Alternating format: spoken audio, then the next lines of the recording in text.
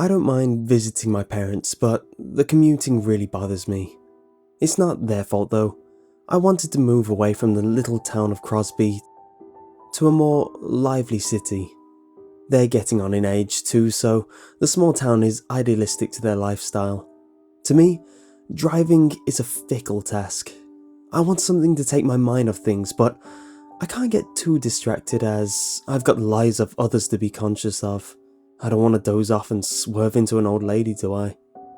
The best way I found to do this are these audio dramas I've found online of royalty-free books.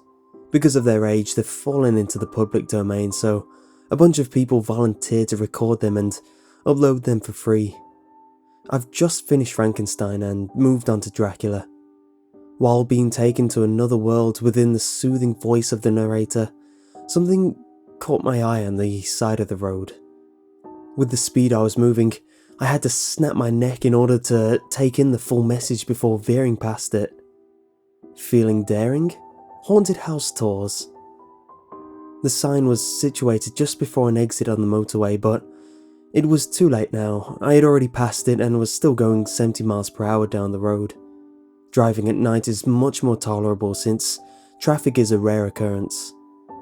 Usually, I have the whole road to myself when going home from my parents' house, which makes things go much quicker. Since seeing the sign though, I couldn't help but feel curious. Thoughts of thrill-seeking and pushing myself deeper into the horror I love made my skin tingle. All of a sudden, I flashed back to a faint memory, washed over with a sea of nostalgia. I was with my parents. We went to one of those fun fairs with the tacky bump cars, mini duck games you couldn't lose on, and basic rides that couldn't be too complex as the kind is moved from town to town. What made me drawn to this pocket of my mind was the feeling I got when I persuaded my mum to let me go into the haunted house. At that age, I didn't know what I was getting myself into. It was more, all the big kids bragged about it and freely went in, at the price of course. But this feeling of restriction to a child like me made my need to go in intensify. My mum bought the ticket from the groggy, portly man running the stand. My heart raced with both excitement and fear of the unknown. What actually happens in the haunted house? Is it dangerous like the other kids say? Questions like this popped into my head, but it was too late now. I held my breath and entered through the thin strips of bandage for the door, and was met with disappointment. It was just bad, animatronic Halloween decorations in the dark room. Even as a child, I knew how not scary they were. Still though, the feeling I had entering was one that lasted with me to this day. It was probably why that sign triggered this memory, because later in life I found out that there were actually good haunted house tours. It was something I had always wanted to do, but in my adult life never found the time to do so. And that was a thought which provoked my next act, the straw that broke the camel's back. I turned off the next junction, took the roundabout and started heading back, hoping the tours were still running. It's late, but is that not more reason they would start the tours now? Otherwise the sign would be taken down, I thought. After making up the lost ground, I turned off the motorway into the side roads and proceeded to guess where the sign was pointing at. It wasn't long until I saw another sign written in the same way as the last. Get your thrills at the haunted house. The tacky salesman lines started to make me question the quality of the tour, if it was even going on anymore. The signs looked weathered, like they'd been there for a lot longer than they should have. Just as doubt was about to take over, I saw lights in the distance. It wasn't the white hue of modern technology, but rather the yellow tint of fire. There was a crowd of people of various age in front of the final sign. Haunted tours, only £10. The people were holding old oil lanterns. It looked like the real deal. You wouldn't give a child a piece of dangerous antique equipment like that. This must be the thrill I've been looking for all those years. I pulled up onto the grassy side of the road and excitedly exited the car. "Welcome, stranger. Are you here for the tour?" I looked around. Everyone was staring back, seemingly nervous. "Wow, they look scared already. I can't wait," I thought excitedly. "Yes, I am, sir," I said with a grin and handed in the money. I was given a lantern and the group was led down a dirt path through the wooded vale of trees. "Are we not waiting for anyone else?" I muttered to the stranger next to me. He didn't respond, he just kept walking, head dipped, concentrating on the floor. The floor was pretty bumpy. My guess was that he was being careful as to not twist his ankle. Time blurred as my childlike glee washed over my mind, and soon we were at the foot of a dilapidated house. Now, this house didn't just have the aesthetic of age, it looked legitimately weathered. Either the person who made this was a very skilled craftsman, or had an old house renovated well enough to pass inspection without ruining the look.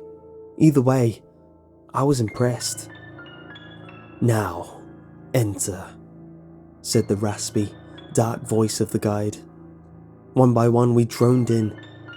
My hand clenched the handle to my weak light source and my teeth gritted.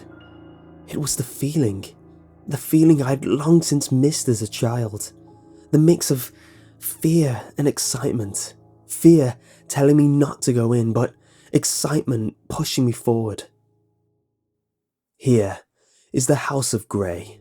Many generations ago, the Grey family moved into this mansion, renovated by the skilled craftsmen of the time. It had been vacant for many years, or so people thought. It wasn't long until the family started noticing oddities. Things going missing, objects moving from where they had been placed. But this was but a drop in the ocean for what was about to come. Soon, the youngest child of the family vanished without a trace. A search of land turned up nothing, but it didn't stop there. Soon, the eldest child disappeared too, never to be seen again. And then, the father. Not long after, Lady Grey, the last surviving member, went insane. Reports say she would run around the town screaming about hearing voices and seeing spirits in the night. Before the authorities could constrain her and send her away for help, they found her, strung to the roof from her neck, blood dripping everywhere. Whether she did this to herself or not is a mystery, but a deeper look into the house revealed hidden passageways. The people suspected that someone was living in their walls, causing all this grief. But others think differently, as the mischief never stopped for many generations of families that moved in after. I stood there, awestruck by this tale told by the guide. Was it true, or was he building up the tour to be grander than it is? Either way, I knew it was going to be good. We stepped through the next door into a vast dining hall, which was filled with what you'd expect in a haunted house for children. Fake webs hung across the old-fashioned chandelier. An unnatural amount of candles were lit and placed around the room. The meal on the table consisted of plastic gore, and the figures sat around the table were not very convincing skeletons. It had happened again.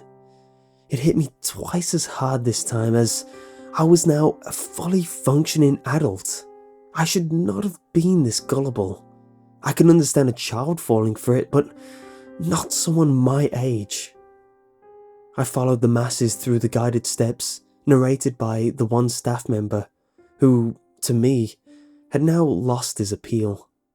I begrudgingly dragged my heels behind the crowd until they gained some distance. And that's when it hit me. This tour was going nowhere. It was a scripted guide, a history lesson in the skin of an exciting adventure. So I thought, why not make my own fun? If what he was saying at the start was true, then there was much more to this place than this. The group all walked past some stairs to the upper levels. The guide was concentrating on not tripping in the darkness, and so was everyone else, so slipping away from behind was easier than I thought. I slowly paced myself on the first few steps and waited for the group to get some distance. I knew the steps were old and, in turn, would make the most horrific of noises if trodden on. After a few minutes of perfect stillness, I made my way up to the upper levels of the house. The first thing I noticed was how well preserved everything was. Not a single decoration was found, and everything still had a thick coat of dust. Seeing this, I knew this meant the tour didn't even venture to the upper levels, which made me feel even better about sneaking off. They were missing essentially half the house by only sticking to the downstairs. The idea that someone of importance lived in here was confirmed. The decor here met the standards of a rich family, maybe even of royal standard. With the weak light source in hand, I made my way to the nearest room. As I opened the door, a cloud of dust shot out from the vacuum of air that was caused. I held my breath and tried my best to not cough. Once the dust settled, I peered in through the crack. Nothing stood out. I opened the door the rest of the way. The room looked like it had once been in colour, but now had the visage of black and white. Time and dust had claimed the vibrancy of the decorations in the room. Standing in the middle of the room, nothing was different. I almost felt bad for being in there, as I had disturbed dust far older than any generation of my family alive. Everything was silent, but it was because of this that I picked up the faint sound that came from the other room, the sound of a heel scuffing on the floor. My eyes shot to the direction of its source, but it was no use. All that was there was a wall. Slowly, I made my way out to the next room. Had someone followed me? Was it the guide? Like before, I opened the door and was met with a veil of dust. Once opened, the room had the same demeanour as the other. I squinted and focused my sights around the room. It was vacant. There was a table with what used to be, fancy tablecloth covering all ends. The only possibility for someone to be in here was under there. But why would someone try playing me up like that? Maybe the guide was trying to make an example of me, I thought. I reluctantly lifted the sheet at one end and lowered the lamp. Nothing. Bemused yet still curious, I still had the desire to search the other rooms for an interesting experience. As I turned away, something startled me. A scuttling sound dashed away from where I was standing. It sounded like it came from under the table. My eyes widened as I spun around to be met with, yet again, nothing. The tablecloth still swinging from some sort of fast momentum. I stared, waiting for whatever it was to move again. It sounded animalistic, but too large to be a rodent. More scuttling, this time from behind me, where the door was. Again, I turned as fast as I could. The door slammed shut, but before so, in between the gap, I could see the shape of a figure I wished to never see in my life again. But now I had worse things to worry about. As I thought, the door was locked, and with the quality of the wood, I wouldn't be able to open it with brute force. Shouting didn't seem to help either. It was like these walls were made to absorb sounds like that, which is a scary thought in itself. As I stood there, pondering what to do next, my light flickered. Oh no, I thought. The thought of being in this enclosure in pitch black made the hairs on my neck stand on end. I placed the lantern in the middle of the room to make searching more efficient. I had to find a way out, quick. I rubbed my hand along each wall in hopes of finding anything out of place. But from what the tale the guide told at the start, It took 3 disappearances and a death for the locals to find out about the passages, and the Greys might not have even been the first victims. All hope seemed lost. I sat there, staring at the small flame, burning out the last of the oils, fading in sync with my despair. My head dipped with that thought circulating in my mind, but in doing so, I was looking under the table, and that's when I thought, I checked under there and saw nothing, but that was also where I thought I heard the creature emerge, so maybe. I grabbed the lantern from atop the table and placed it next to the floor. I rubbed my hands and it took a while of investigation, but there was a small ring painted in the same style as the wood. It would have been impossible to find if it weren't for the fact that I had a hunch it was there. The hasty scampering of whatever locked the door was shifting. Its footsteps echoed around the walls, but I knew this was my only chance. I hoisted up the hatch, grabbed the lantern and blindly squatted in it. I could just about fit curled up, so I dropped to my hands and knees to be able to move. I saw that it was similar to that of a tunnel. My only option was forwards or backwards. This was all I saw before the light source breathed its last breath and faded into nothingness. I froze for a good while I contemplated the situation I was in. I was in a helpless position, in a tunnel where something moved freely, something that had the layout memorized, something that knew where I was, something that had baited me into this exact scenario. After one deep breath to relax myself, I took to the task of shuffling forward. It was agony in my knees, but I had to bear with it in order to get out of this situation. The tunnel felt like it went on for eternity, although now in hindsight, it was probably the inefficient pace I was moving. My head hit something hard, a sharp pain travelled along my spine and I couldn't help but give an instinctive yelp of pain.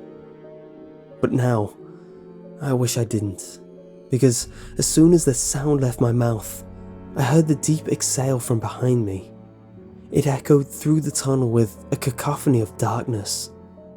It started slowly, shuffling that was not my own from a distance. Soon, it picked up speed, getting closer and closer. I panicked and waved my arms about, feeling around for a direction to head in next. The front was a wall, the wall which I hit my head, but there was space to my left and right. I didn't have time to deduce the optimal route as whatever was behind me had almost caught up. I shot to my left and hastily made my way down the dark abyss. I wasn't fast enough though, and that thing was just at my heels.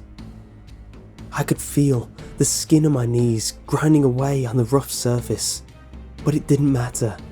Getting away was my number one priority. A foul tug caught me off guard. My left leg was yanked from where I was trying to place it and I collapsed to the ground. I got back up and started crawling again, only for the thing to pull my other leg. Out of reaction and frustration, I propped back up on my right knee and charged back a kick from my left foot which made contact. It scampered away. I could hear it veering away at a distance. I stayed and listened to the direction it was heading. It sounded like it was headed to where the right tunnel led at the crossroads.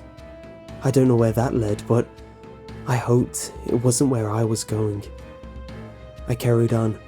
I could feel a wet sensation in my legs. My knees must have been torn open at this point, and it wouldn't be long until the pain hit me. While making my way down at my own pace, something caught my attention.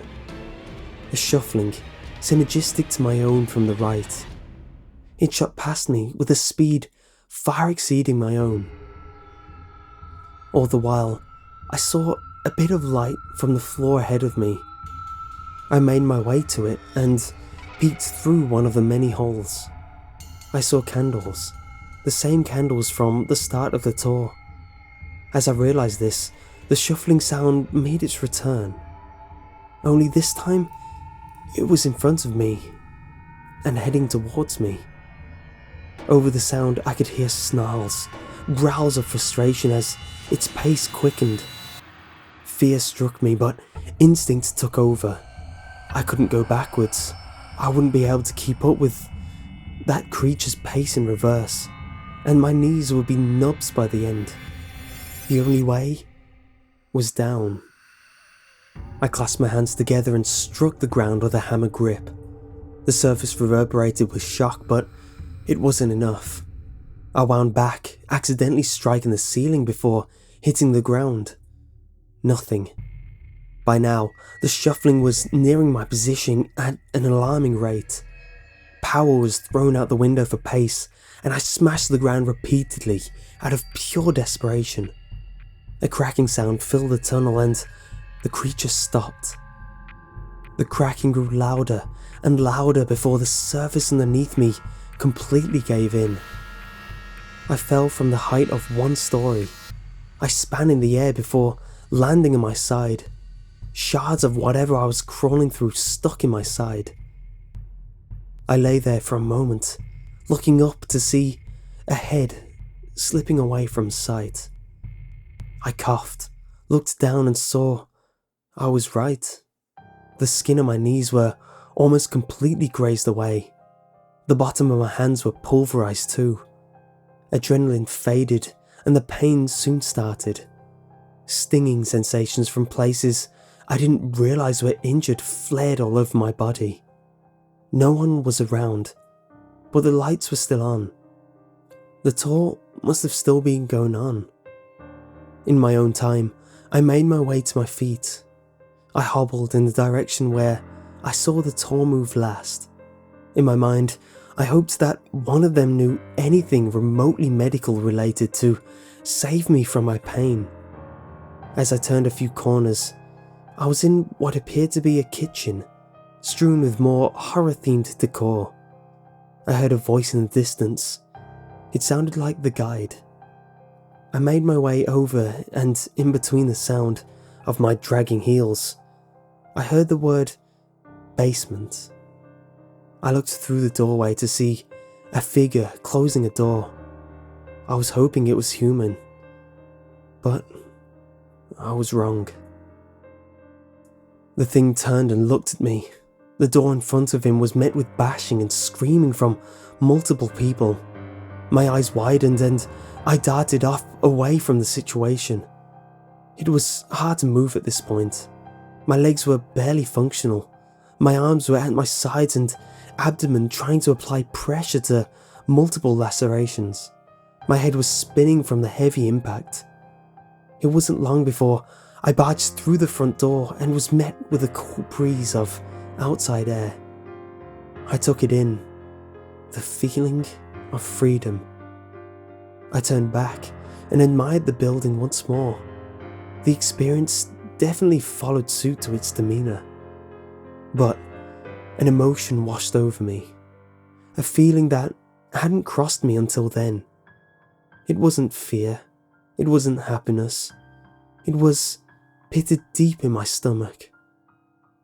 It was the feeling of guilt.